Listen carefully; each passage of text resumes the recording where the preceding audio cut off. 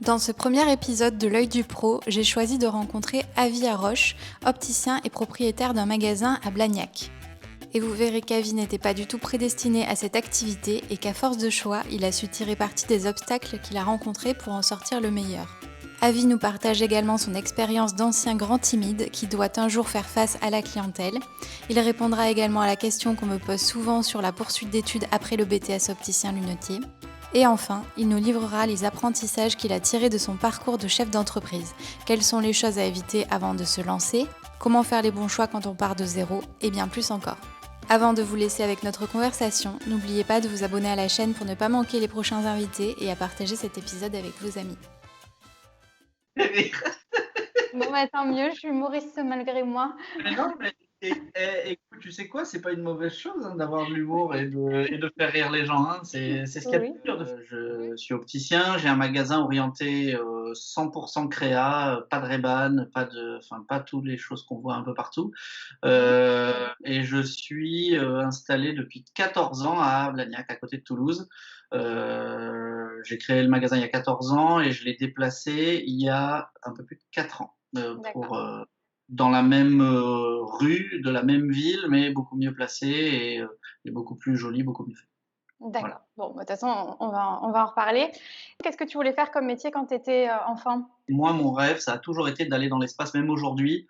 Voilà, je me livre un peu, mais même aujourd'hui, pouvoir aller sur la Lune, c'est le rêve ultime, quoi.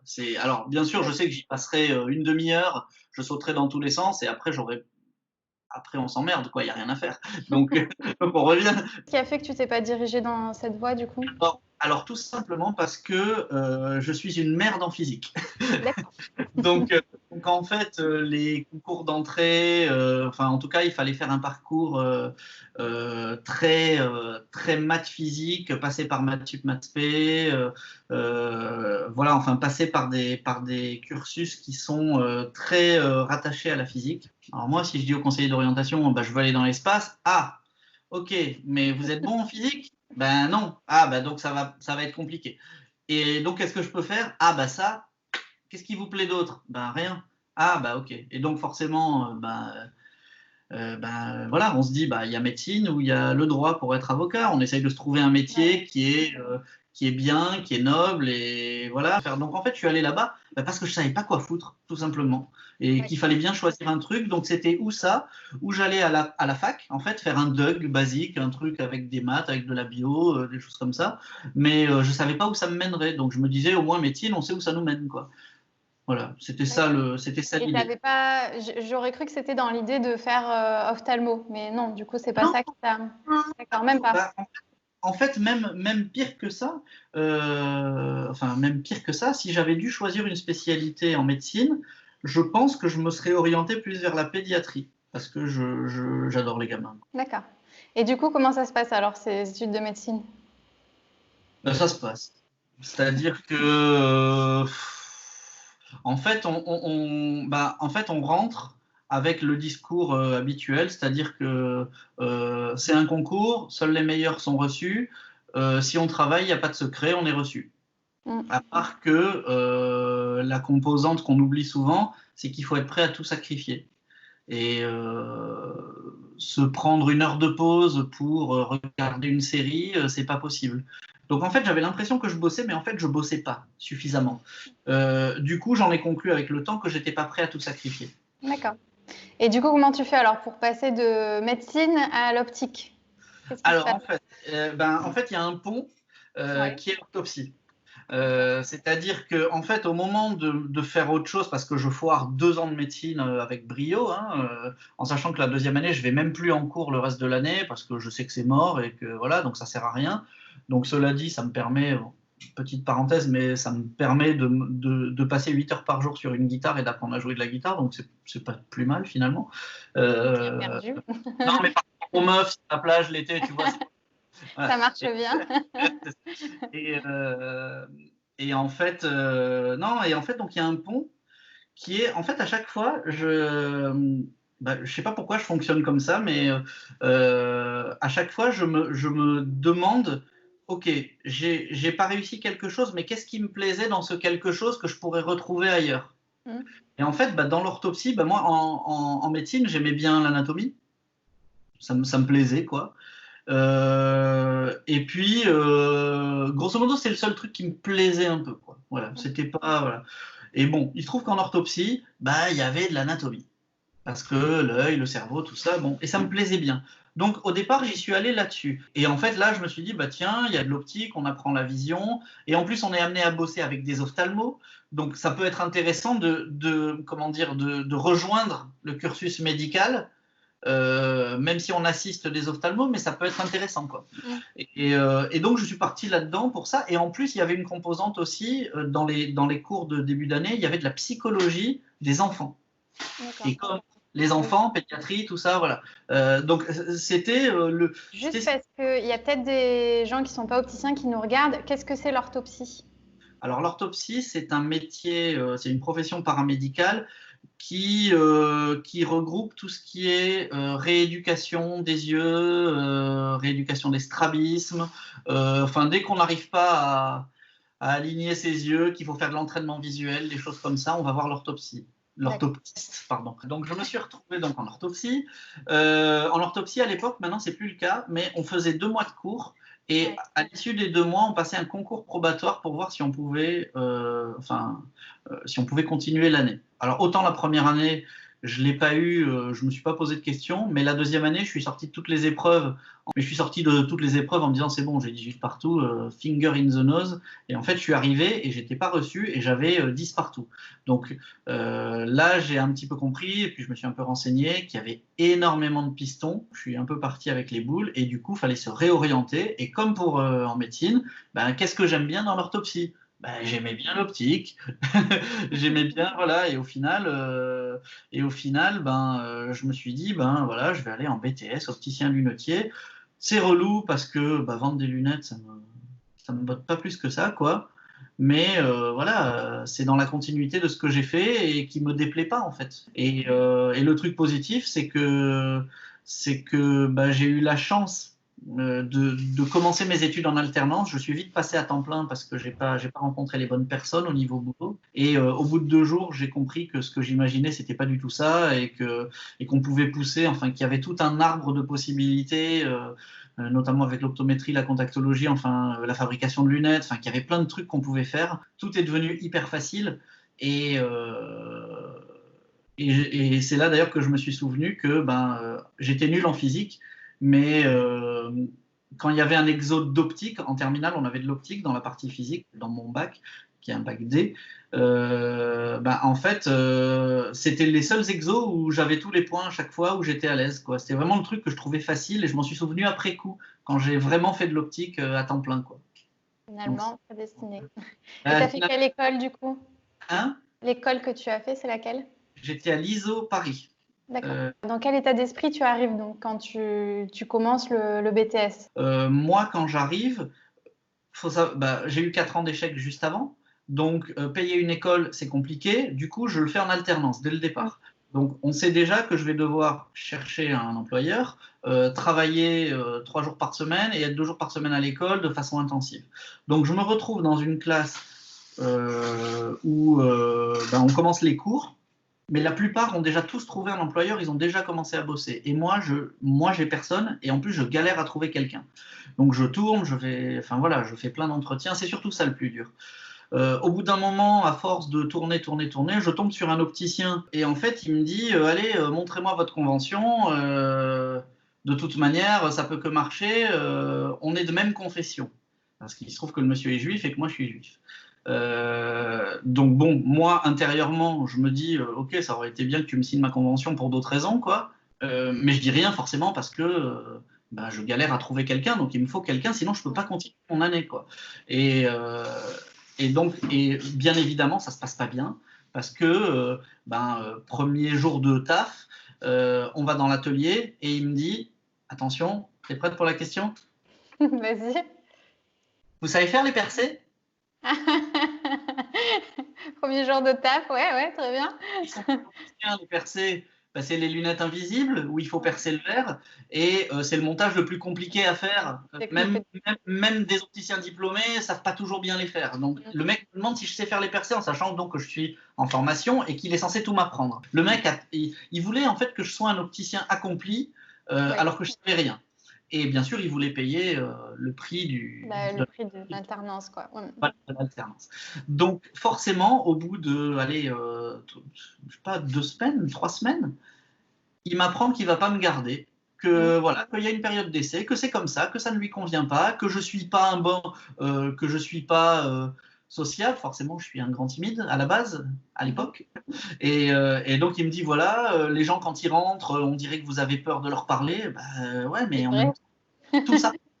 Et donc, suite à ça, je me retrouve dans le bureau de la directrice de l'ISO où elle m'explique que, en gros, on est embêté parce que je ne vais pas pouvoir continuer l'année à moins que je trouve quelqu'un dans l'après-midi. Et comme j'ai fait 6 semaines de cours, on a déjà un recul sur mon niveau, sur si j'apprends vite, si j'apprends pas vite, si j'ai des bonnes notes, si je suis un bon élément, si je suis pas un bon élément. Et il se trouve que tout est très positif. Donc, elle me dit, les yeux dans les yeux, elle me dit, bon, qu'est-ce qu'on fait? Moi, je te propose qu'on appelle ton père et qu'on voit. Donc, on appelle mon père au parleur et elle lui explique. Donc, mon père savait déjà parce que j'avais appelé mes parents, donc il était déjà au courant de l'histoire. Et elle lui dit, voilà, légalement, c'est soit on arrête. Et là, mon père la coupe, il lui dit non, c'est hors de question qu'il arrête. Il n'arrête pas de nous dire qu'il adore ça, qu'il a trouvé sa voie et voilà, et qu'il est à l'aise et que l'ambiance est super et il est hors de question qu'il arrête. Alors elle lui dit bon, du coup, il faudrait le faire passer à temps plein, mais à temps plein, c'est payant. Et mon père il a dit on s'en fout, on se serrera la ceinture. Est-ce qu'on peut payer en plusieurs fois? On se serrera la ceinture, mais il est hors de question qu'il arrête parce qu'il est dedans quoi et qu'il a vraiment trouvé sa voie. Mais voilà comment je me suis retrouvé à temps plein en optique après la médecine. Voilà, c'était long, mais D'accord. Et du coup, en fait, toi, quand tu t'es retrouvé là, tu te dis, je veux avoir mon magasin ou je veux travailler en magasin ou je veux travailler autre part. Enfin, qu'est-ce que tu t'es dit? Au départ, j'avais même l'idée d'éviter le magasin à tout prix. J'adorais tout ce qui était optométrie, donc les examens de vue, l'analyse de la vision. Donc c'est un petit peu, on a des cas d'examen de vue, mais qu'on fait par écrit pour les étudier. Puis en fait, j'aimais tout ce qui touchait à l'optique en général, mais dès qu'on avait des matières un peu plus un peu plus qui se rattache au magasin, c'est-à-dire qu'on avait de la gestion, on avait même des cours de magasin, c'est-à-dire qu'il y avait un magasin pédagogique à l'ISO, donc des fois on avait magasin, et moi ça me saoulait un peu, quoi. J'étais pas, ça me faisait pas vibrer plus que ça. Donc moi je voulais vraiment pousser vers l'optométrie, et donc ça passait par, en études post-BTS, faire à l'époque, maintenant, ce n'est pas le même cursus, mais faire une maîtrise d'optométrie. Maintenant, c'est licence, master, doctorat. C'est le cursus LMD, mais à l'époque, c'était une maîtrise. Donc, ça se faisait en 2 ans à temps plein. Ou alors par des diplômes universitaires, 5 diplômes universitaires, en travaillant en même temps. Donc, au départ, voilà, je voulais faire ça. Et si possible, passer après passer le diplôme européen, aller bosser au Canada. Enfin, j'étais comme un fou je voulais même limite pas rester en France, quoi. C'était voilà, mais je voulais surtout pas être en magasin, quoi. C'était pas mon objectif premier en tout cas. D'accord. Et comment? Je te laisse rebondir. Non, justement, je voulais te demander ce que ça t'a apporté ces études post-BTS, parce qu'on me pose souvent la question de est-ce qu'il faut faire des licences, enfin une licence après, ou est-ce que ça apporte rien, ou voilà, enfin, on me pose souvent la question. Non, mais alors voilà, ça c'est la question qui tue. Est-ce qu'il faut? J'ai envie de te dire, est-ce qu'il faut? Pas plus que est-ce qu'il faut se mettre en jupe quand on est un mec ou quand on est une fille? Enfin, je veux dire, chacun fait comme il veut. Il n'y a pas de il faut ou il faut pas. En fait, je pense qu'il faut aller là où on a envie d'aller. C'est-à-dire que moi, j'avais envie d'aller vers l'optométrie. Aujourd'hui, Et là, c'est mon grand regret dans ce métier-là. Ce que j'aurais adoré faire, c'est le bachelor lunetier créateur. Après, est-ce que quand vous allez travailler, on va vous donner un meilleur salaire parce que vous avez un DU ou parce que vous avez une licence? Ben, peut-être que oui, peut-être que non. Ça dépendra des employeurs, ça dépendra des patrons. Il y en a qui le valorisent, il y en a qui ne le valorisent pas. Moi, je me souviens qu'à mon époque, par exemple, Grand Optical le valorisait. Mais à part que Grand Optical, il payait mal au départ. Voilà, ça peut être un plus pour qu'on vous embauche, par contre, parce que ça fait la différence par rapport à d'autres. Moi, quand j'ai bossé chez Optical Center, ben, je bossais comme opticien collaborateur, mais c'était moi l'optométriste du magasin. J'avais une salle qui était rien qu'à moi. Personne d'autre faisait des examens ni des adaptations lentilles là-bas. Donc ça a permis aussi que je négocie mon salaire. Bon, je ne l'avais pas très bien négocié, mais je croyais l'avoir bien négocié à l'époque. C'est la pause. Moi aussi, je suis allée boire un coup du coup. Du coup, je me suis retrouvé à devoir aller travailler pour pouvoir faire les DU. En fait, pour faire ce que je voulais faire au départ, j'étais obligé d'aller travailler. Ce que je voulais pas faire au départ. Oui. J'étais obligé d'aller en magasin. Oui, d'accord. Bon, donc tu te retrouves à travailler en magasin. Et donc, tu as travaillé combien de temps en magasin avant d'avoir ton magasin à toi? Alors, j'ai travaillé, 4 ans et... non, allez, 5 ans. 5 ans? Ouais. Et c'est quoi ton... Enfin, tu avais déjà eu une première petite expérience en magasin, mais une fois diplômé, c'est quand même pas la même chose. Qu'est-ce que c'est ton premier ressenti quand tu arrives en magasin? En fait, je cherche à bosser du coup chez un optométriste parce que je me dis que le DU de Contacto, si je manipule pas, pour les trucs pratiques, ça sert à rien d'être en magasin si on manipule pas. Donc, optométriste, c'est quoi pour les alors, opto, c'est la performance visuelle, métriste, c'est la mesure. Donc, c'est la mesure de la performance visuelle, c'est faire des examens de vue, mais ça regroupe aussi l'adaptation lentille, l'entraînement visuel, alors pas comme les orthoptistes, mais en tout cas certaines formes d'entraînement visuel, et bien sûr tout ce qui est dépistage patho. Je trouve que cet optométriste-là, il est dans une petite ville de Picardie. Il est un peu chez les Picards, c'est presque les ch'tis. C'est un peu en dessous des ch'tis, mais voilà. Mais c'est vraiment comme dans Bienvenue chez les ch'tis. C'est-à-dire que quand on arrive, on pleure 2 fois. En fait, chez nous, on pleure 2 fois, quand on arrive et quand on repart. Quand on arrive, on se dit qu'est-ce que je fous là? Et puis, parce qu'on ne comprend pas les gens. Et quand on repart, ils sont tellement attachants qu'on a les boules de les quitter. Et c'est vraiment ça, hein, c'est véridique. Hein. Donc, en fait, le premier ressenti que j'ai, c'est que moi, je suis un gars du Sud et que je suis dans un environnement qui ne me correspond pas. Parce que quand j'interagis avec les gens, j'ai l'impression que les gens sont bêtes, que les gens sont cons. Et en plus, comme je suis timide, c'est difficile d'aller vers les gens, c'est difficile de les servir convenablement. C'est compliqué, quoi. Il y a pas mal de gens qui me disent mais moi, est-ce que ça va bien se passer quand je serai en magasin parce que je suis timide? Comment ça se passe quand tu es timide alors? T'es vraiment très timide? Non, alors moi j'ai une personnalité hybride. C'est-à-dire que moi je suis un timide, mais je suis un anxieux et un nerveux. J'ai dû aller voir quelqu'un pour être moins nerveux. Mais la timidité, en fait, c'est comme dans une relation amoureuse, quand on veut aller draguer quelqu'un. On a peur d'y aller. C'est ce qui fait qu'on est timide. Et si on n'y va jamais, ce qui était mon cas, j'y allais jamais. Du coup, j'étais d'autant plus timide, puisque ça alimentait la timidité. Quand on y va, on va se prendre un râteau. Mais si on y va une deuxième fois avec quelqu'un d'autre, eh ben, peut-être pas. Et puis, au bout d'un moment, le ratio réussite-râteau fait que on est moins timide, parce qu'on se dit, ça va, j'ai rien à perdre, c'est pas la fin du monde, j'ai pris des râteaux, et alors j'en ai pris d'autres et j'en prendrai d'autres. Et là, c'est un peu pareil. C'est-à-dire qu'au début, on a peur d'aller vers les gens, et donc, du coup, on rate des ventes. Donc on a les boules, on n'ose pas. Et pour ça, c'est vrai que mon patron de l'époque m'a beaucoup aidé parce que lui, c'est quelqu'un qui est très, comment dire, il était président de l'association des optométristes de France à l'époque. Donc il a été pendant plus de 10 ans. Hein, donc c'est quelqu'un qui est un très bon communicant. Donc ça, c'est vraiment le gros point positif de cette expérience-là. D'accord. Et à quel moment tu t'es dit, en fait, dans ton parcours, j'aimerais bien avoir mon magasin? C'est venu tôt ou...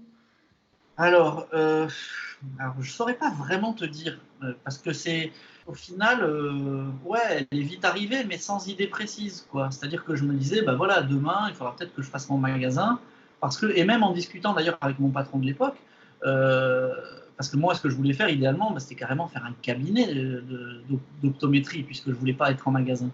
Mais lui m'expliquait que pour faire ça bien, et c'est vrai quand on fait un examen de vue, carré de A à Z avec histoire de cas, donc les questions qu'on pose au début, les examens préliminaires et l'examen en lui-même, en moins de 30-40 minutes, c'est quasi impossible de le faire bien.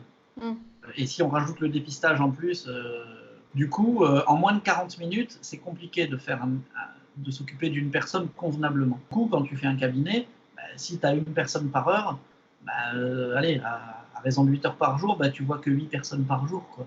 Donc, sans manger. Ouais. donc, en fait, en termes de rentabilité et de viabilité, c'est pas top. Donc, à moins de faire payer 200 € l'examen, mais ça, personne ne le paiera.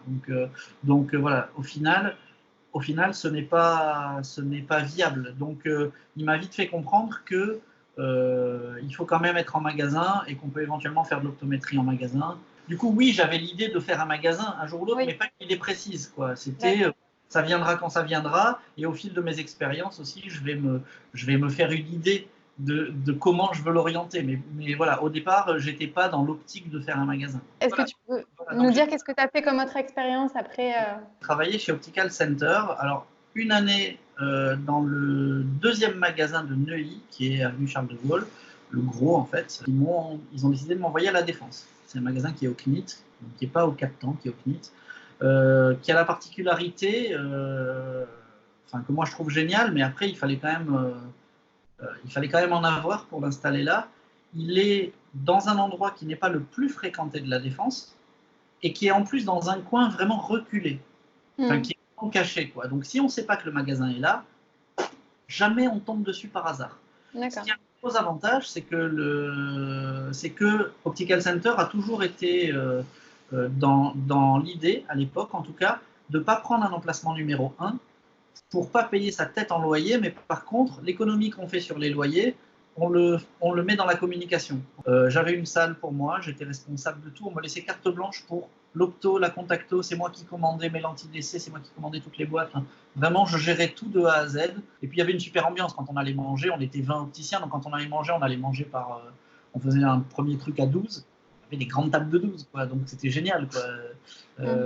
Donc ça, c'était vraiment la meilleure expérience de ma vie, parce que en plus du côté commercial, qui est certes très agressif, mais ça fait apprendre aussi.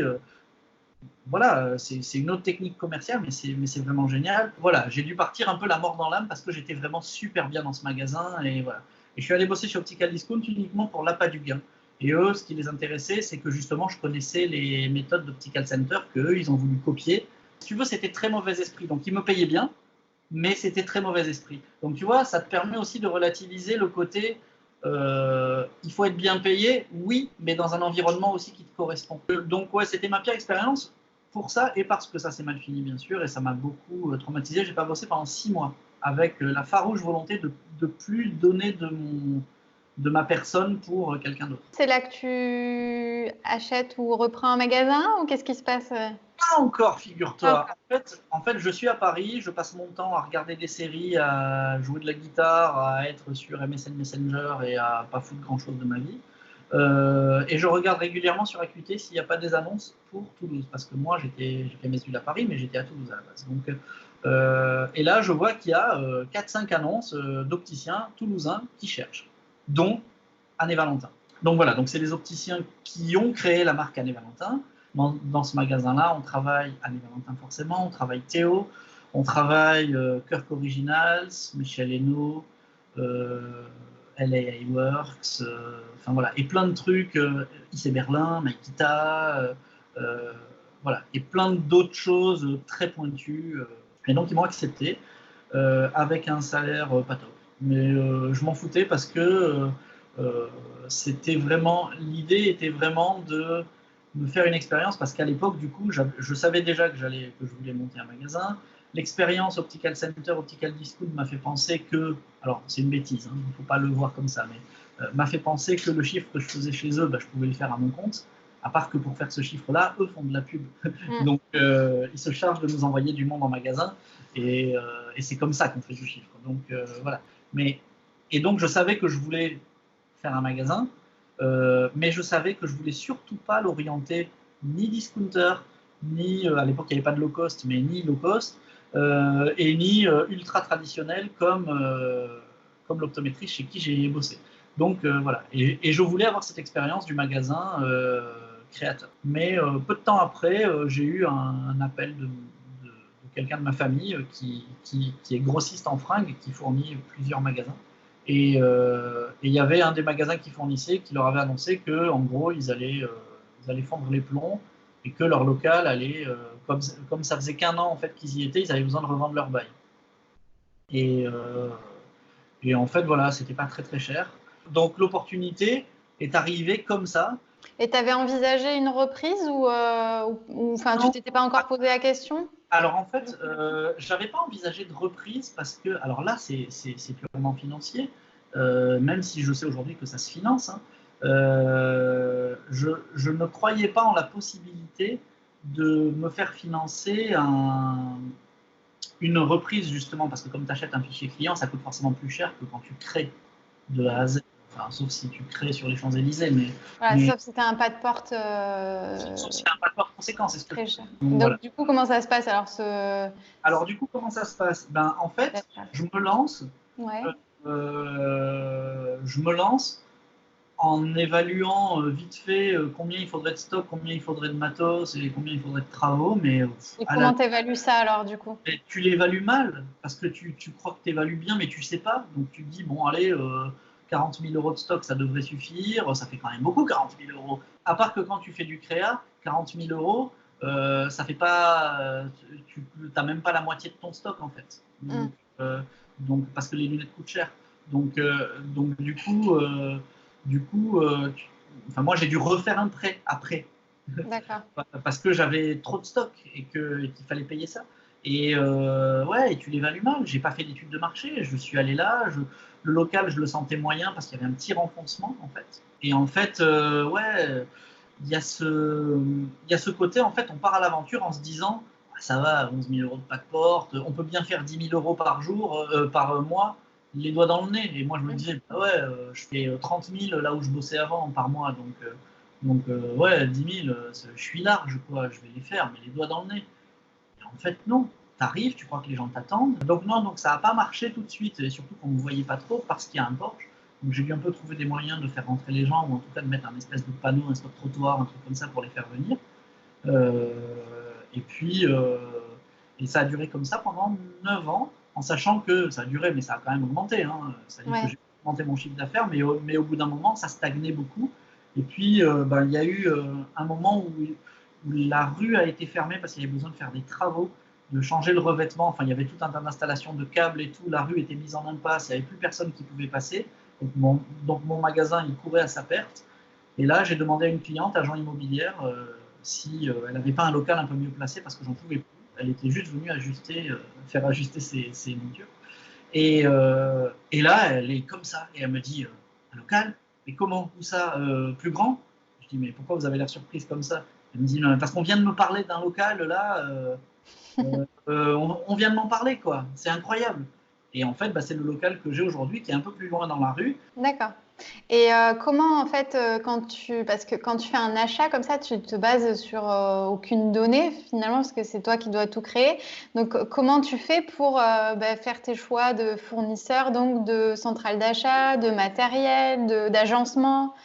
Tu pars de rien, là, ta page blanche, concept, aussi tes prix, enfin, tout, quoi. Mais oui, c'est ça, exactement. Alors, ça, c'est intéressant. Centrale. Déjà, Centrale, on a tous fait un stage entre nos 2 années d'études de BTS. Non, donc Centrale, donc là où j'ai fait mon stage, ils étaient à la CDO. Donc déjà, j'avais pas envie de m'emmerder à chercher une centrale. Donc ça, c'était vraiment le truc le plus simple. Je me suis vraiment pas pris la tête. Machine, je savais pareil. Moi, j'ai bossé beaucoup avec des Kappa, avec des choses comme ça. Chez Optical School, j'avais une Delta. Voilà, mais je connaissais très bien les machines Essilor, mais j'aimais pas. J'ai demandé à des amis, j'ai dit, qu'est-ce que vous me conseillez? Tous, ils m'ont dit, va voir chez Nidec, ils font des bons prix en plus pendant le Silmo, et voilà, et donc je suis allé chez Nidec. En fait, ce qui t'a aidé, si je comprends bien, c'est à la fois tes acquis au travers de tes expériences, tes connaissances aussi qui t'ont aiguillé, et le Silmo. Alors, du coup, tu es allé au Silmo pour... Silmo, en fait, moi, j'allais au Silmo tous les ans en touriste, donc mon Silmo était déjà prévu, si tu veux. Et à part qu'il s'est transformé en rendez-vous de boulot parce que j'ai signé le truc chez le notaire une semaine avant. Nidec, je reviens sur Nidec, ils m'ont proposé aussi de me faire l'atelier parce que aussi je voulais avoir une tête de réfractor, un projecteur de test. Je voulais me faire une salle. Ouais. C'était pas concevable pour moi, après avoir fait 5 DU, de ne pas avoir mon réfractor dans mon magasin. C'est un package, quoi. Un package, centreur, frontaux, pour mesurer les verres, pour ceux qui ne sont pas dans l'optique. Et puis de l'outillage, enfin tout un tas de trucs, quoi. Donc ils m'ont fait vraiment tout un package vraiment bien pour les montures. Je fais le tour donc des vitrines de ma ville et je vois que je ne peux pas faire Théo, que je ne peux pas faire lycée Berlin, que je ne peux pas faire Kirk, que je ne peux pas faire d'autres trucs. Donc je me dis, il faut que je trouve autre chose. Je me souviens la première collection que j'ai fait rentrer, mais parce que j'adorais ça, c'est Parasite.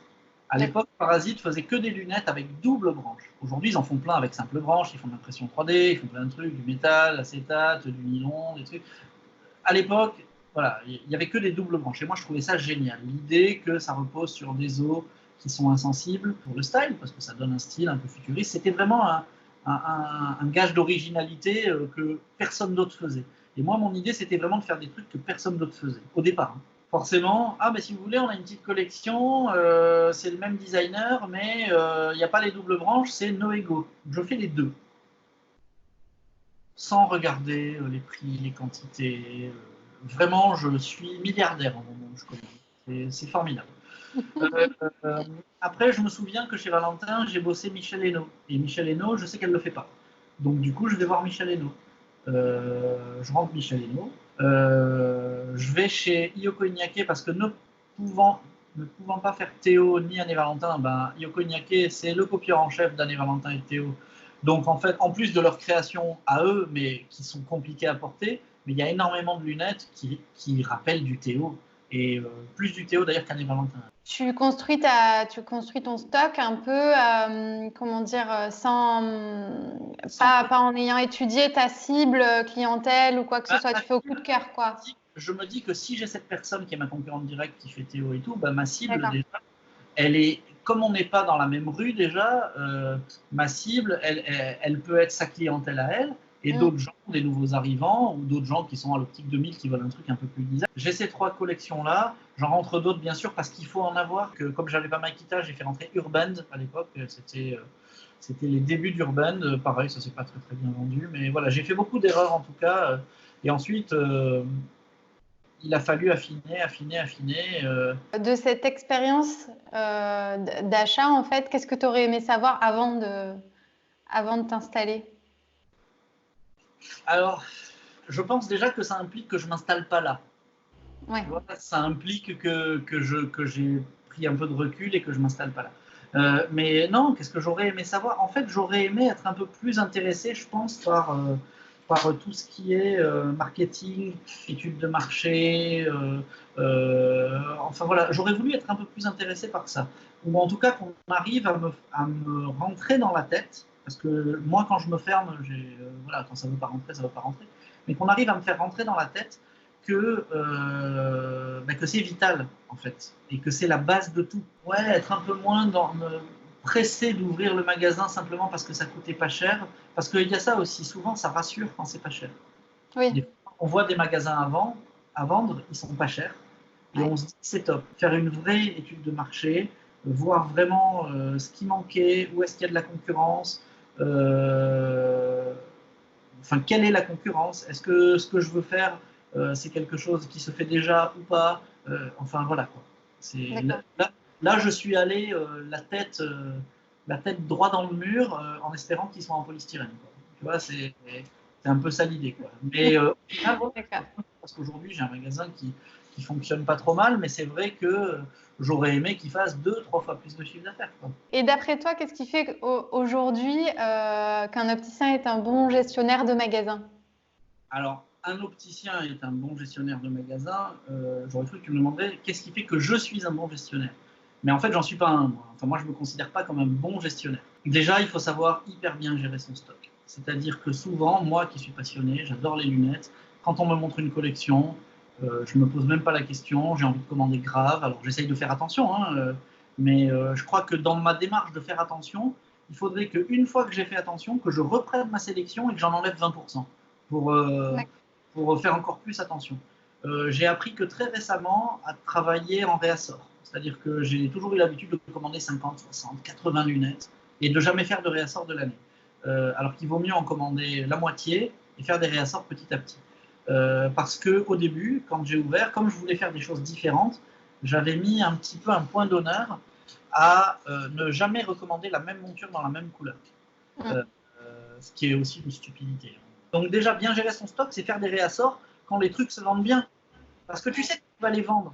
Et moi, comme je faisais des trop grosses commandes, ben, je n'avais pas la trésor pour faire des réassorts. Pour être un bon gestionnaire, il ne faut pas attendre le client. C'est-à-dire que quand il n'y a pas de client, quand il n'y a plus de montage à faire, quand tout est rangé, tout est nettoyé, eh ben, il faut cogiter sur la communication, comment faire rentrer les gens.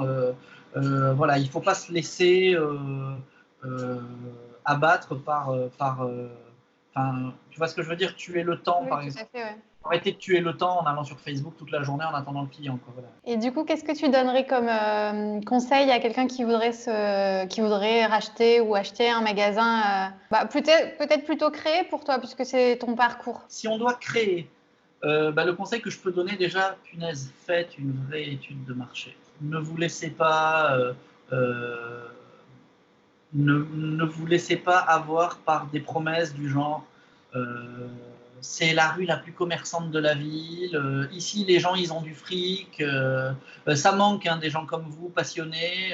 Il ne faut pas se laisser avoir par les promesses. Les promesses n'engagent que ceux qui les croient. Donc faites votre étude de marché, ayez des arguments quand vous montez votre dossier à la banque. On se dit souvent qu'on ne veut pas que la banque nous refuse le prêt, donc on essaye d'être ultra positif sur ce qu'on envisage, mais c'est pas grave si votre étude de marché montre que ça ne va pas fonctionner. Et ben, vous irez ailleurs et vous trouverez un autre endroit. Ce que je dis en fait, c'est que si on veut créer un magasin avec une orientation bien spécifique, avec des collections qu'on a en tête, la démarche première, c'est de trouver un local où tu vas demander ensuite aux commerciaux, est-ce qu'on te donne la collection si tu es à cet endroit-là, déjà, première. Et si tu es à cet endroit-là, est-ce que le local il est bien placé? Tu fais ton étude de marché, est-ce qu'il y a du potentiel? Parce que tout ça, on se lance que si c'est bon. Et si la banque refuse le prêt parce que c'est pas viable, eh ben c'est que c'était de toute manière pas viable. Alors, si tu devais garder qu'une marque créa, laquelle ce serait? Tu devais faire un magasin avec qu'une marque. Avec une seule marque. Ouais. Mais en supposant que j'ai accès à tout. C'est-à-dire que je demande la marque. Ah oui, oui. Anne et Valentin, d'accord. Et pourquoi? Parce que c'est à la fois... alors déjà, moi, c'est une collection que je qualifie de rigolo chic. C'est-à-dire que c'est original et c'est jamais vulgaire. Il y a une notion de la classe dans cette collection. Il y a du métal, de l'acétate, du combiné. À chaque fois, les formes qui marchent, ils font des nouvelles couleurs. Les couleurs qui marchent moins, ils les suppriment, ils en remplacent par d'autres. Ouais, ils sont réactifs. Ils sont hyper réactifs. Il y a toujours des petits détails. Alors déjà, depuis toujours, ils travaillent les manchons d'une manière... il n'y a que eux qui font ça. Ils se prennent vraiment la tête sur les manchons. C'est le bout des branches pour ceux qui ne sont pas... Voilà, le manchon. Oui. Tu fais bien de préciser, ouais. Ils savent travailler en 3D. C'est-à-dire que quand on fait un dessin, je ne sais pas si vous avez déjà dessiné, mais pour les gens qui regardent, mais moi, vu que je vais avoir une commande numérique, j'ai déjà fabriqué des montures à la main, donc j'ai déjà dessiné, c'est très dur de dessiner, d'avoir un bon équilibre sur une monture. Et il faut arriver à visualiser en 3D. Quand on dessine, forcément, on dessine à plat, on dessine en 2D. Ouais.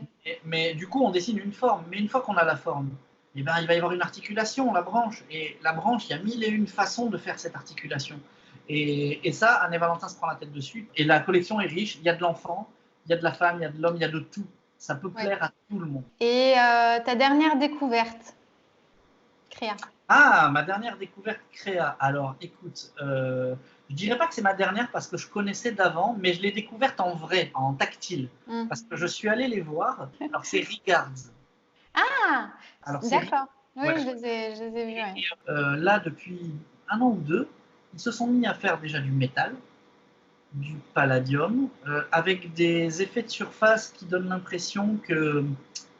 Comme si c'était un peu rouillé, c'est ça que tu veux dire? Non? Ou comme s'il y avait des dépôts de jade dessus, tu sais, c'est un peu vert. Ouais. Je les avais présentés aussi, le mot, pas le dernier, celui d'avant, là. Ah, c'est vrai? Ouais. Et en fait, quand on les met sur le nez, elles sont hyper agréables. La corne qu'ils font, c'est top. En prix, Je trouve qu'ils abusent pas. Alors, il y en a Prix qui de sont vente, plus chers ils sont à combien prix de vente? d'achat. Non, prix de vente En pour prix de les vente, clients. les cornes, moi, je pensais qu'on serait au moins à 600 prix de vente client. Et en Ouais. fait, il y en a certaines qui vont être plus dans les 400. En fait, moi, j'aime beaucoup Cuborum, qui est une collection de lunettes où la matière, ils travaillent beaucoup avec l'épaisseur. La matière, elle est un peu maltraitée et tout. Mais d'ailleurs, j'en ai fait une sur mesure à la sauce Cuborum, que j'ai partagée sur mon Insta. Je crois qu'on l'a en story qui reste. Enfin, je crois que je l'avais mis Story à la une. en story à la une, voilà. Donc on peut voir cette création que j'ai fait. Cuborum, c'est vraiment une collection en fait où il va y avoir des coups de lime sur le métal. Enfin voilà, c'est très. Et j'aime bien cette idée de sortir un peu du cadre. Et le design, c'est bien. Concevoir les trucs en 3D, c'est bien.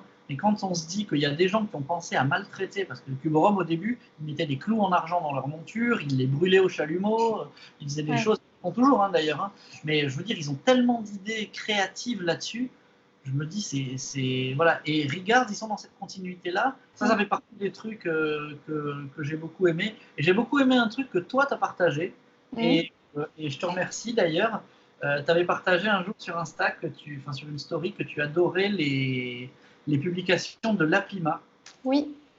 Et donc, j'ai regardé ce qu'ils faisaient. Alors, c'est des lunettes épaisses. Il y en a plein qui font ça. Effectivement, je trouve qu'il y a un truc. En tout cas, surtout dans leur façon de prendre les photos, leur shooting, etc., leur façon de mettre en avant les lunettes, ils ont un vrai ADN, quoi. Et puis, ils ont un côté très mode. Hein. Ouais, c'est ça. Et donc j'aime bien déjà ce qu'ils font, j'aime bien leur communication. Donc, merci beaucoup. Et bien sûr, mon coup de cœur ultime, et là, c'est vraiment mon coup de cœur ultime, c'est aussi bien mon regret ultime, parce que forcément, je ne suis pas à un emplacement et j'ai pas une clientèle qui me permet de faire des collections comme ça parce que ça sort trop cher. Les gens verraient que c'est très beau, mais ils me diraient c'est trop cher. C'est Jacquemart Images. Voilà, ouais. Jacquemart Images, c'est The Collection, je bave dessus tout le temps. Tes projets futurs? Alors vas-y, dis-nous. Eh ben, je sais pas. Non, mais déjà vu qu'en sortie dès qu'on sortira du confinement, je pourrais prévoir d'aller chercher ma commande numérique et de me faire former. Je pense que j'envisage de fabriquer beaucoup de lunettes moi-même, de pousser vraiment la fabrication du plus que je peux faire pour vraiment pouvoir faire plusieurs vitrines où je peux mettre en avant que je fais moi-même mes créations, parce que ça attire des gens, et que je fais aussi des lunettes sur mesure. Ça, c'est vraiment l'objectif. Éventuellement, me faire une collection, puisque voilà, il ne s'agit pas juste de dire je fais des lunettes et puis c'est tout. Faire une collection avec une identité, avec différentes idées, éventuellement même avec des collages. Voilà, développer ça, en tout cas, pour l'instant, c'est ça qui me plaît. Et puis, si j'ai l'opportunité de faire un autre magasin, qui serait, alors avec ou sans vendre celui-là, parce que des fois, ça dépend du contexte, pourquoi pas, c'est pas fermé. En tout cas, je te remercie de t'être prêté au jeu, et puis je suis contente, parce que je pense qu'on a appris beaucoup de choses, et que ça a été inspirant.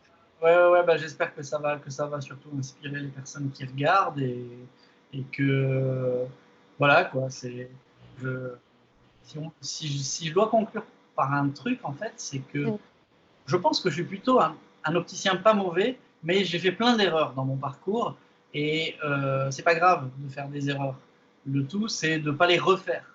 Donc voilà, allez au bout de vos objectifs, allez au bout de vos rêves, mettez tout en œuvre pour aller au bout, parce que votre idée, vos ambitions, c'est le seul truc qu'on ne peut pas vous enlever en fait. Donc voilà, n'hésitez pas à aller de l'avant, et si vous avez un concept, ou même si les gens vous disent ouais c'est complètement débile, ne vous basez pas sur une ou deux personnes qui vont vous dire c'est complètement débile.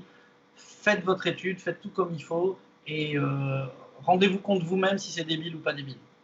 Mais allez au bout de vos rêves. Je remercie Avi de s'être livré à moi avec autant d'humilité et de sincérité. En attendant un prochain épisode, je vous invite à me laisser un commentaire pour me dire ce que vous avez aimé ou comment m'améliorer. N'hésitez pas également à me proposer des personnalités de l'optique que vous aimeriez que je rencontre. Et je vous retrouve très vite pour un prochain épisode. À bientôt!